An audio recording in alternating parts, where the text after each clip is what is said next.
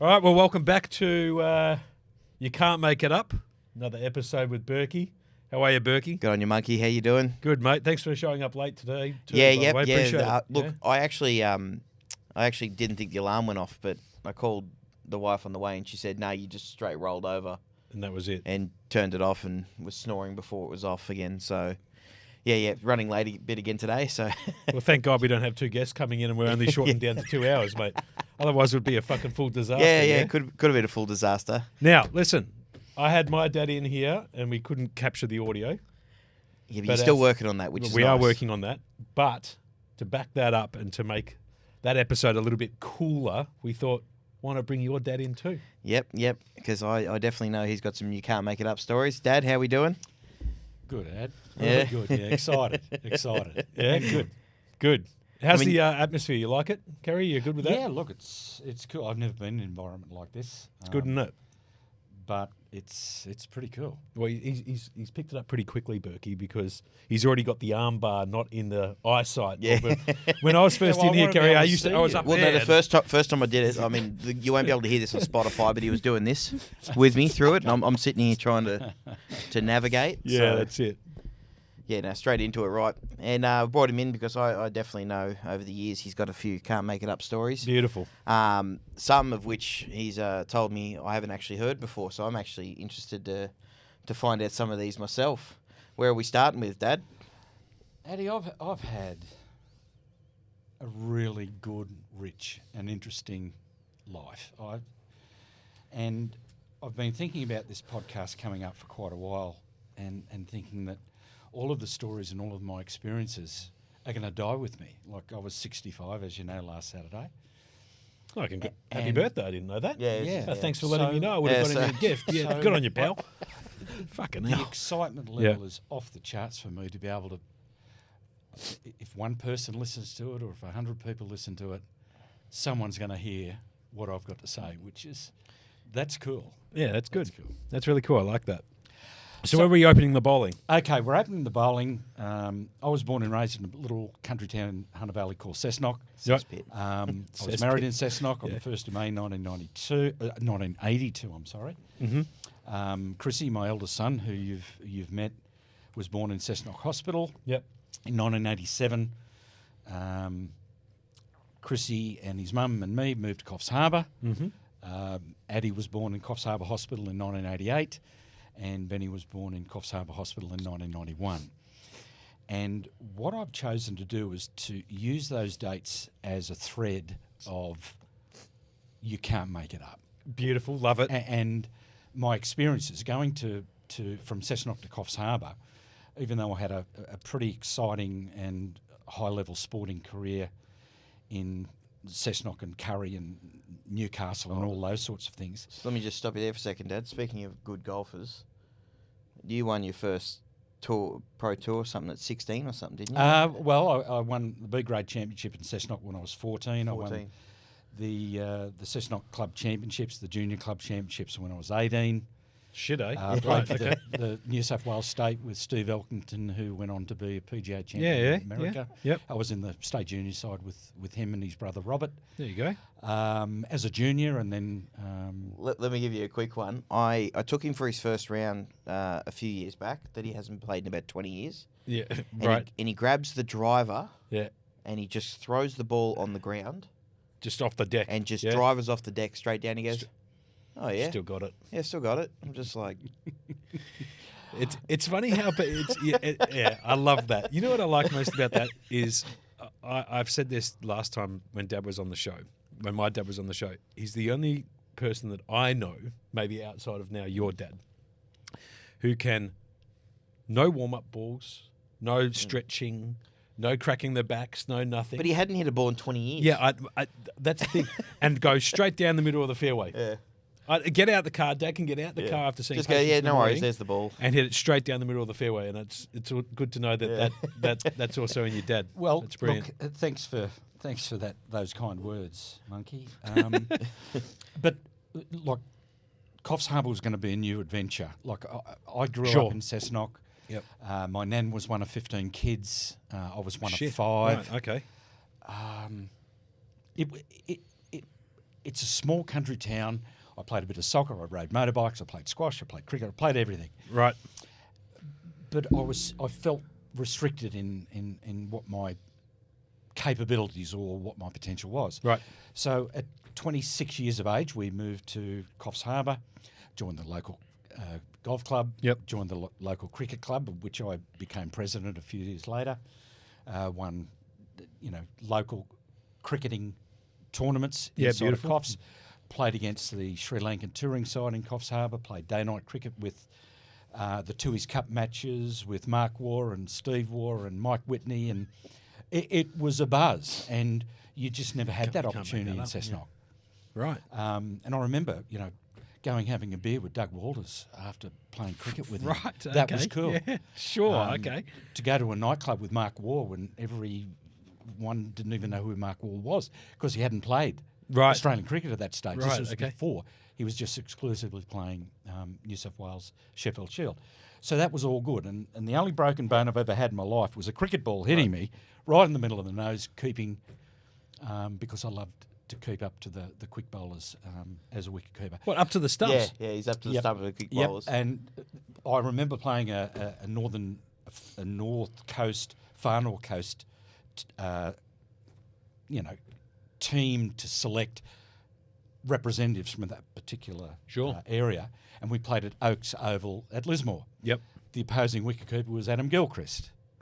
So I'm down one end, playing, and Adam was, of course, no one who knew who Adam was. Yeah. I knew he was second or third in line behind Phil Emery back in the late 80s, early 90s. Yep. And because he couldn't get a gig in the New South Wales side, he moved to Western Australia. But he's a Lismore boy, Far North Coast kid. Right, okay. That was a lot of fun. And I reflect back on those times when, Ad and Chris and Ben had come to the cricket and watch, and they didn't have a clue what was going on. Sure. They were too young. But I remember it, and I sort of thought, well, how would I ever capture this in a moment and explain to them the thrills and experiences that I've had, whether it's playing in the New South Wales Open at the Lakes, or playing for the state side, or representing your area in different sports. Sure. It was cool. But I'm going to start the story with some punting and some horse racing stuff. Oh. Okay. All right, here we go. All right. So strap in. Just in. remember that more. we moved to Coffs Harbour in 1987. Here we go. I met some people. Yep. And then all of a sudden I get introduced to this particular guy by the name of Les Theodore. Now, Les Theodore is a legend in the racing industry because he was the original trainer of Better Loosen Up and Campaign King. He was the first trainer. Okay. But Les fell on hard times and he moved to Coffs Harbour with one little yearling colt that was by a horse called County. And I'd met some people who said, Kerry, do you want to get involved with this horse that's going to be trained? Well, not officially by Les Theodore, but, unofficially off the books. He's there. He's there involved. He's involved. Yeah, he's involved. Yeah. So I said, Les Theodore, the Campaign King Better Loosen Up, Les Theodore. Yeah, well, he's in Coffs Harbour and so are you. Yeah, beautiful. So 10 of us paid $15,000 for this yearling, which on reflection was probably worth about $500, but because it was Les. 15,000, which year was this again, sorry? This is 97? No, way 80, before 80 that. something you said. I'm thinking 88. Yep. 89. Yeah, 88, 89. That area. Okay, yep. Probably why I don't remember it. Yep. Sure. So, we got involved in this horse. Yeah. And Les said, he's a nice mover, this fella. So we took him down to a 1,000-metre maiden at Kempsey. Right. And the postillion was Donny Colley, not the flashiest jockey in the world, but Okay. Donny got the gig. Okay. So all of us just piled down to Kempsey Racecourse, not knowing anything about what we were supposed to experience. Sure. But this horse, by the name of Coffs County, and there's another story in that, how blandly named he was by county and we live in Coffs Harbour. Got to be kidding. Yeah, that right. also had an impact on how we named horses moving on. Okay, good. So this Love it. this particular horse, Coffs County, wins by 7 lengths at Kempsey. Okay. And I'm thinking golden slipper. Yeah. Size produce. I'm thinking Like everybody Yeah, does. right. You get one win in Champagne 1,000 maiden, and you're like, this is a golden slipper winner. This. Yeah, so I didn't realise, but the horse didn't break a minute. Now, I could run 1,000 metres in under a minute. This horse was so slow that I didn't realise that the other horses that he beat by 7 lengths were just slower. Yeah, right, okay. So Les said, well, it's going to be hard to place him now because as a 2-year-old, winning a race, you've now got to race against better 2-year-olds. Sure. So we took him to the Coffs Cup Carnival in an open handicap, for all aged runners, not just 2-year-olds. Mm-hmm. And he ran second, which was really nice. And I didn't hear from Les, and a very good friend of mine who will also come up in this conversation, Kerry, 2 Kerrys in one town. Who'd have thought of that? So Yeah. I said to Kerry, mate, where's the horse? He said, oh, Les sold him. He sold him to a couple in Gympie because he had a degenerative hoof problem and we couldn't place him around here. So we sent them off. No, I already know where And I this is said, going. Kerry, Here we go. how much did we get for Coffs County? He said, we got 150. Right, so my 10% equates to $15. I said, how about we just drink it out? And Yeah. yep, that's what we did. Yep. A couple of years later, I'm just going through old horses and Oh, how many no. how many races do you reckon Coffs County won around Gympie? Oh, He won 11. He won 11 races. Jeez. So that always sat with me. You know, I didn't sit comfortably, Yeah. but there's another experience you can talk about. Yeah. So fast forward to 1991, the year Addy was born. He wasn't 80, 91. 1988. Benny was born Cool. in 80, 91. So a committee meeting was held when Sure. his mother found out that she was pregnant for the 3rd time. Right. And the committee of one determined that I needed to have a vasectomy.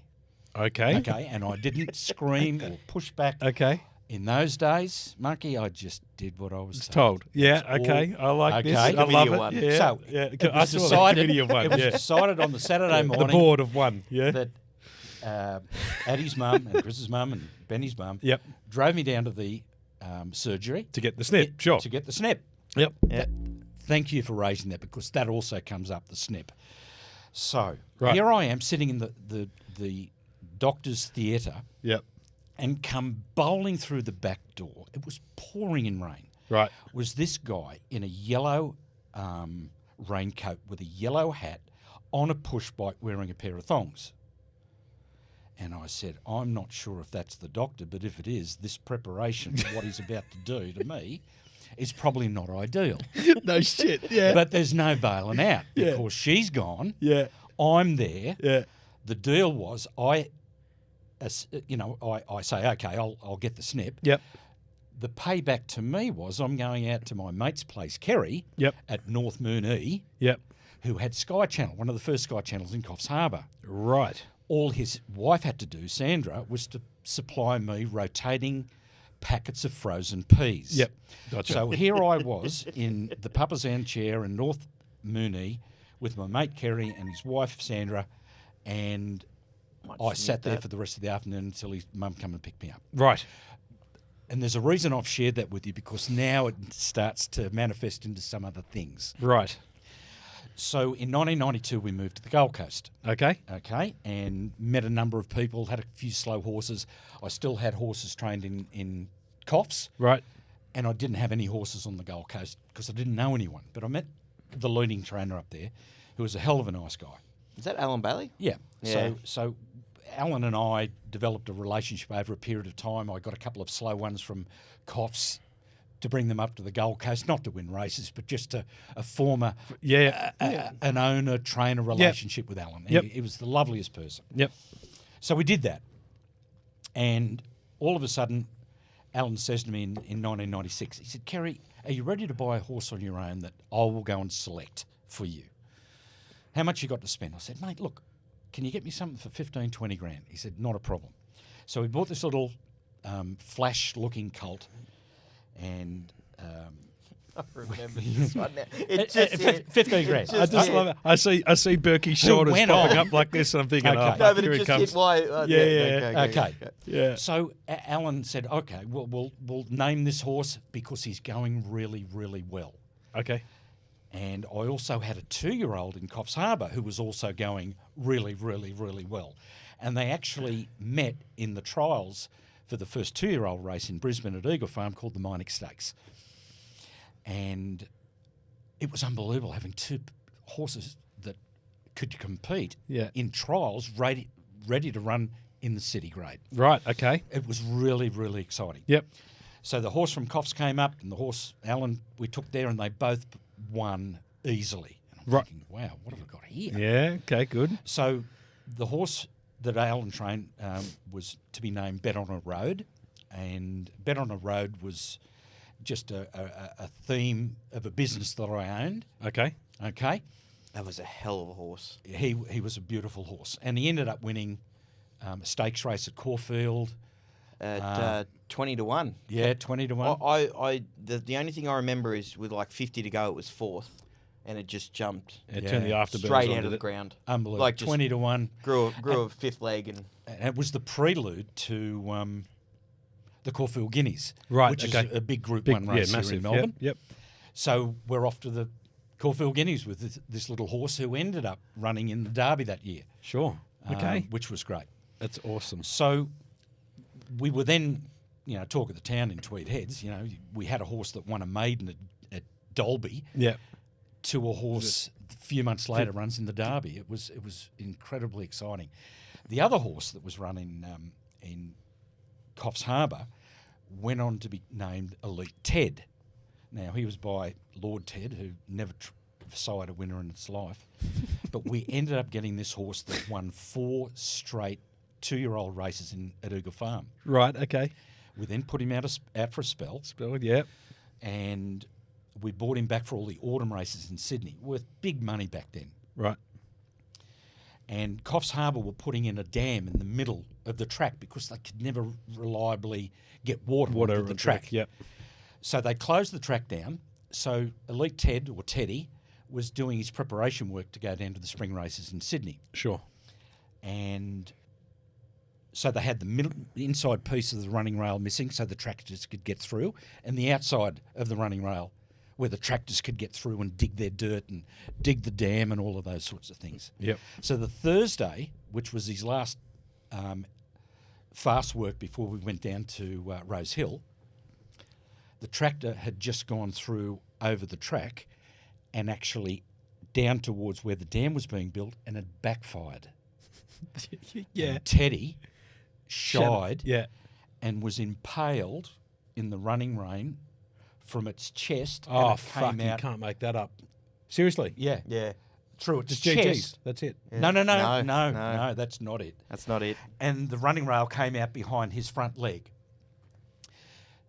The thing you can't make up is that the jockey that was in Coffs Harbour, who hadn't ridden in a race, was a jockey by the name of Zach Purden, who was No Yeah. shit. Yeah, it is. Yeah, it was. Little Zachy P. Yeah, little Zachy over Purden. there riding $1 million winners now over in Hong Before Kong. he had a race.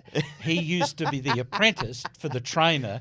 And actually, Zach invited me over to the Hong Kong racing what a story. season in 2016. I had some coasters of Elite Ted Yeah. yeah, right. made up for it. that I took over. Yeah, sure. So we're in the committee room with all of the dignitaries talking about the 2016 racing season that was coming up. And I said, Zach, Elite Ted, he said, Kerry, that horse went on to win 13 races. He is my favourite horse of all time, not in ability, Yeah. but what he was able to do as a $1,500 horse. We bought him for $1,500, and he was a star. So he won, he won 4 races at Eagle Farm as a 2-year-old. Yeah. Then he won more races at Eagle Farm after he had 387 stitches he had between the front and behind his leg where he was impaled on the running rail. And Zach said, I've never seen so much blood in my life. So you can't make that up. That is an unbelievable story. So that was what a little Zachy fucking Purden, story Coffs that Harbour is. Rate Club, At Coffs Harbour. when they were building the dam inside the track. Yeah. So he was out for a couple of years, Yeah. but then he came back and he won. So he'd won 4 It should up in the never lap. recover from that. No, never. Like ever. No. Went- Well, went on to- he won another 9 races. Went on after to win that. another 9 races. Yeah. But It's just unbelievable. that's just, you can't make it up in itself. Yeah. Yeah. So I got a call from one of the other part owners that said, Kerry, you cancelled your tickets to go to Rose Hill, mate. He should be dead, this horse. Yeah. Right. So we didn't go. Yeah. So I'm on the Gold Coast. Yeah. And obviously Teddy was in Coffs Harbour. But then, Alan, after we had such success with Bet on a Road, you know, racing in a derby, Chris Muntz, there's another thread I'll talk to you about. Right. Chris Muntz rode him in the derby. Right. And we end up catching up in another area of life Yeah. later, many years later. But Alan said to me, he said, look, my 10 best owners, we're going to go to the Magic Million sales in 98. Yep. And we're going to buy 4 horses. Okay. All right. Now, with the bland experience that I'd had previously naming a horse, Coffs County, no gold stars for that, he said, what we're going to do is we're going to go and buy 4 horses. We're probably going to spend $250,000, $400,000. Right. But we're going to buy some value. And one particular horse we bought was by Snippets. Okay. Okay. Hence the lead in from So, before. Yeah, okay. Here we go. So we've got 4 horses. Alan invites all of us to this private restaurant on the Gold Coast, and we have a naming night. So we share based on what the stallion is, based on what the mother is, based on other members of the family. Sure. What are we going to name these horses? So we went through the first one, then we went through the second one, we went through the third one. They all won races. Right. And we get to the horse by Snippets. So I got up and shared my story of the doctor Yeah. coming through the back door of the Yeah. surgery, Yeah. wearing his raincoat, Yeah. pushing a bike in thongs. Ed Gein styles, like a proper serial killer style. Yeah, that's in it. the full Yeah. Oh, straight yellow up. Yeah. trench coat. Yeah. Yeah. So the horse was actually named Thong and Push Bike. That was his racing name. Okay. Love it. Love it. And I had the most famous set of Brilliant. nuts Yeah. in racing. And the amount of interviews that I had to give. How did you name this horse? Because people would see Thong and Push Bike, it's about a girl with a bloody thong up her butt. with a bikini No, on a nothing push to do with bike. that. It's about a bloody doctor on a push bike. Right, that Wearing is so thongs, wearing a funny. raincoat while it was pissing down. So he was named Thong and Push Bike. Brilliant. As it goes on, and Alan suggested, we bought 2 fillies and we bought 2 colts. One of the colts was Thong and Push Bike. He actually went on and competed in the Magic Millions Right. in 99, won by a horse called Testarossa, who turned out to be a champion. Yeah, I know. And we Yeah. ran 5th in that Right, okay. particular Yep. event. Yep. And he raced great. So Alan said after his 2-year-old days, mate, we're going to take his nuts out. I said, mate, he's by Snippets. Isn't that hard enough? Yeah. No, we're going to take him out. So he got them removed out in Bow Desert, and I actually picked Alan up and we went out and saw this poor little grey with the saddest face on his look, blood trickling down the back of his legs, Imagine all having over your his balls cut off. hooves. Yeah, And well, I've- yeah. I've been there, champ. I'm sorry. yeah. Okay, so we went on to race. Toughen up. Yeah. Yep, Yeah. yeah. So Been then it starts to get really interesting. Now, because we had wonderful experiences at Caulfield, we were invited down because he was famous, this Right. horse, in racing circles, Thong and Push Bike, and because he could run, and because he could compete. And this little grey thing that just tried its butt off. We were invited down to Caulfield and we nominated him for the Butt Out Stakes, which was an initiative of the Victorian To government. get rid of the cigarettes. To get Yeah, rid I of the remember. cigarettes. Yeah. Yep. Yep. You I remember this. Yes, I do. you know who the ambassador for the Butt Out Stakes was? John Elliott. It was John Elliott. How good's that for it? Okay. Come on. Is that a? Yeah, So come here. now, back in those days, I'm 20 Winnie Reds a day, Yeah. right? Yep. But here we are. He was probably on the same too. Oh, he was More. double me. Yeah.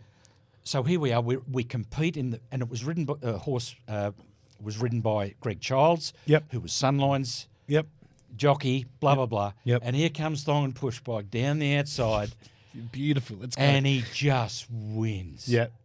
So By now- margin? Wins by margin, or just Oh, gets there? Or a who gives length a or shit? two. Yeah. Enough. Enough. Enough. So Yeah. we Enough get the to swear prize by, money, yeah. we get the price, Sure. and here we are. We're in the members' committee room. John Elliott Yep. provides us with the trophy. Blah blah blah blah blah. Thong and Push Bike wins another race. He's even more famous. And John Elliott comes over. He said, "Mate, do you smoke?" I said, "Oh, mate, I'd love a durry." Yeah. Remember, it's the Butt Out Stakes. yeah. Yeah. We've just won it. Yeah. Yeah. So we go outside of the committee room under a little awning area where no one could see us, For a dart. chuffing our little heads off. Yeah.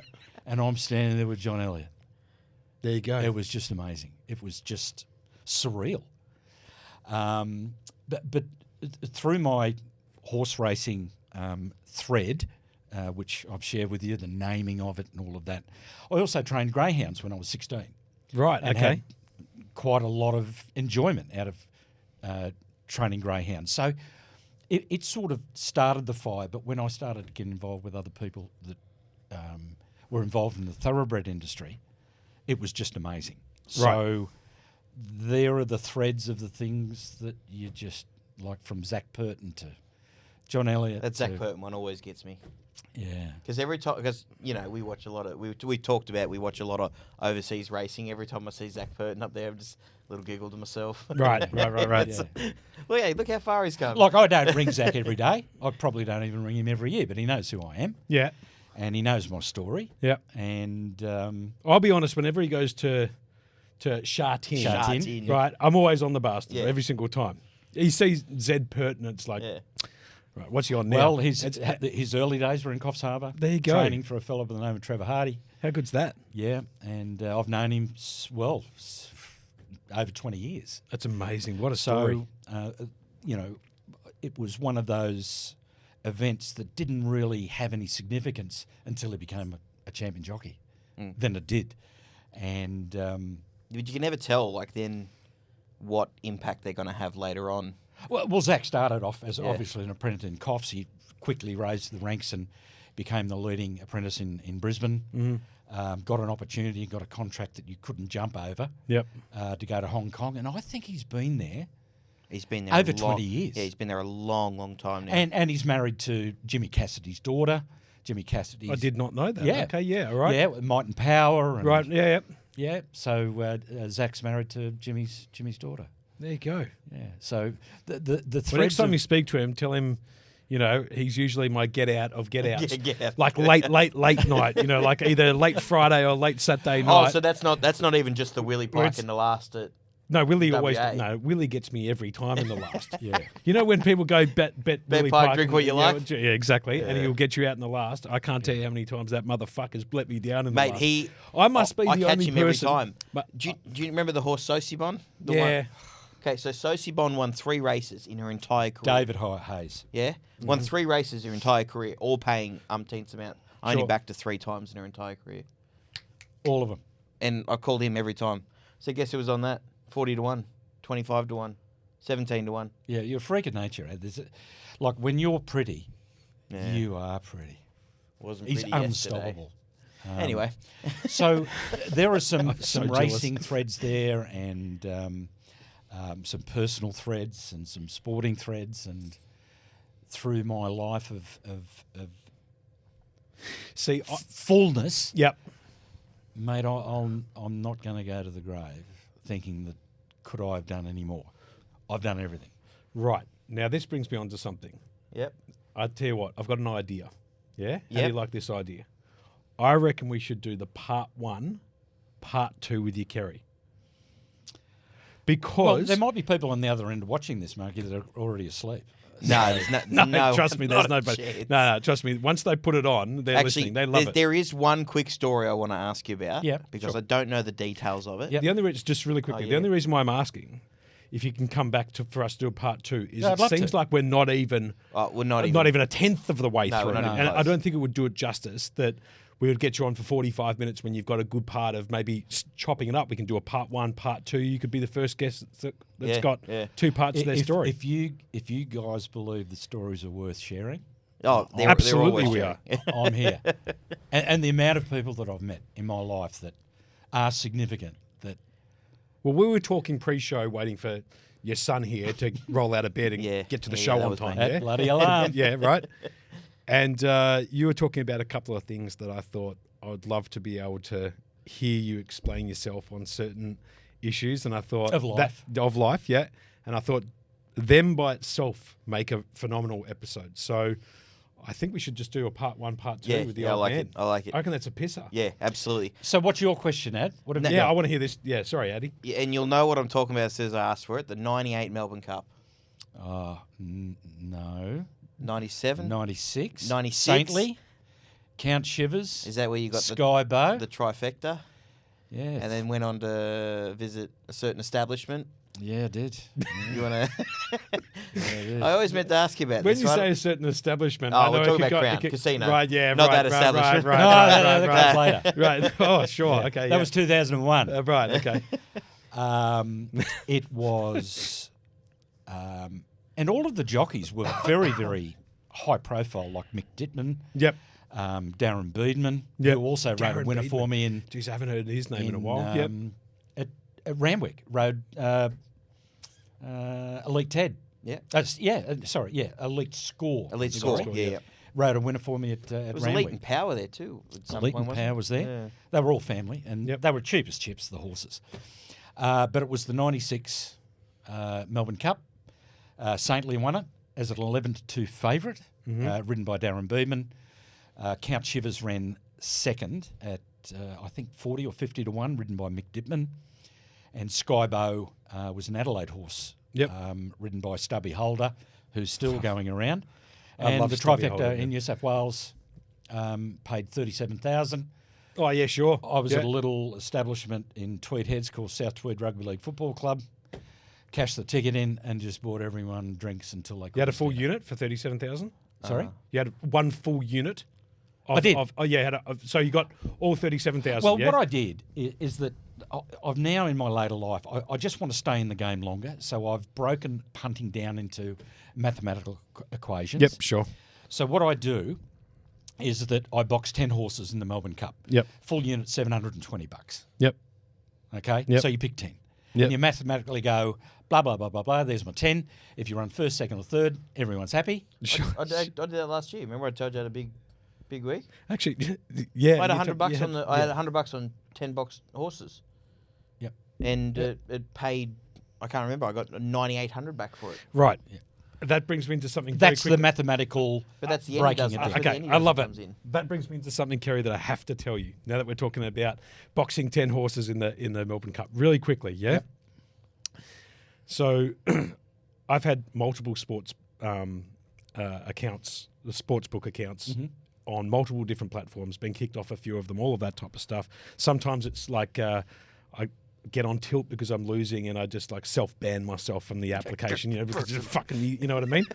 Because William Park's done it to me again, where I've lost and I've tried to bet the 2,000 on him in the last, and he's done me on the line, and I just quit it. Anyway, I will tell you a true story. So Dabble Bet.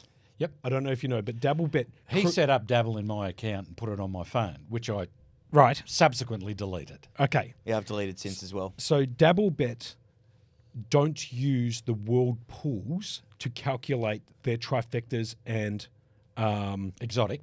all the exotics. Yeah, they just have their own. It's kind of really, really weird, like really weird.